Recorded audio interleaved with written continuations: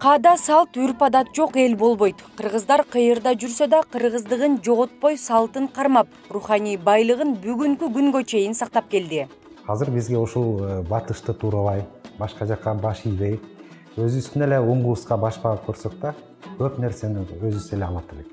Биздин макал лакаптарда болсун, элдик дастандарда болсун, баардыгы тең кыргызды өсүп келаткан муунун баатырдыкка, мекенди сүйүүгө тарбиялайт.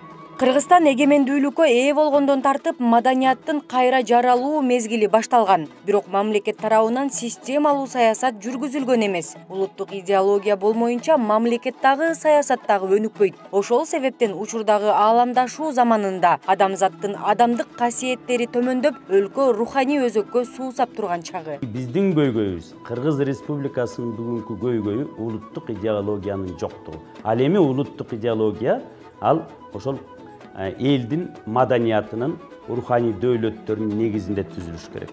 Себеби бизди ушул күнгө чейин кылымдар бою, 1000 жылдар бою бизди руханий дөөлөттөр, руханий баалуулуктар, руханий өзөгү сактап келген. Кылым карыткан карт тарыхы, бай маданий казынасы бар кыргыз эли кайра жаралуу жолун басып өтүү алдында турат. Бул боюнча президенттикке талапкер Садыр Жапаров өз программасында кеңири токтолгон.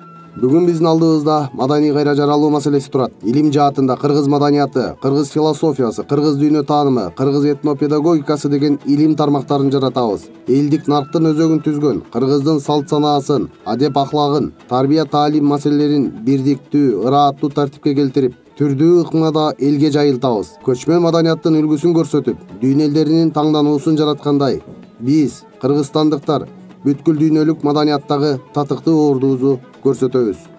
Ата бабалардан калган көөнөрбөс руханий баалуулуктарыбызга толугу менен ээ боло албагандыгыбыздан коомчулукта ар түрдүү көйгөйлөр жаралууда. Мындан улам адеп ахлак, ыйман жана руханий байлыгыбыз аксоодо. Өз тарыхыбыз менен маданиятыбызга таянуу аркылуу жаштарды адептүү, ыймандуу жана сабырдуулукка тарбиялоо ар бир ата эненин милдети.